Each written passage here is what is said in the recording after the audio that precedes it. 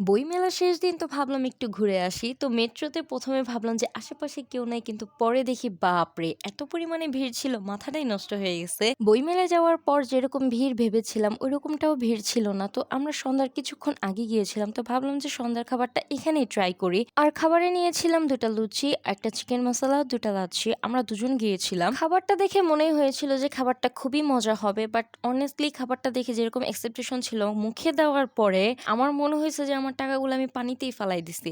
এখানে যত কাস্টমার ছিল আমি কাউকে দেখি নাই যে খাবারটা কমপ্লিট করতে। উল্টা আরো কাস্টমাররা কমপ্লেইন করতেছিল। এই খাবার অনুযায়ী খাবারের দাম অনেক বেশি ছিল। তো ভাবলাম আমি হালিমটা ট্রাই করি, হয়তোবা খেতে পারবো। কিন্তু এই হালিম থেকেও আমি ব্যাড স্মেল পাচ্ছিলাম। একদমই টেস্টলেস ছিল। আর এটার ভিতরে মাংস তো দেয়ই নাই, জাস্ট ২ টুকরা মুরগির মাংস দিছে। কেন জানি বারবার মনে হচ্ছিল যে একটা স্ক্যামের শিকার হলাম। আর এখানে একটা খাবার আমরা শেষ করতে পারি নাই দুজন মিলে। লাস্ট একটা আইসক্রিম খাওয়ার পর একটু ভালো লাগতেছিল। আর এখন বাসায় যাওয়ার পালা। আর আমার মনে হয় তোমরা বইমেলায় গেলে ওই খাবারগুলো ইগনোর কইরো, এটাই বেটার হবে, নয়তো স্ক্যামের শিকার হবা। আর মন চাইলে ট্রাই করতেই পারো। Thanks for watching.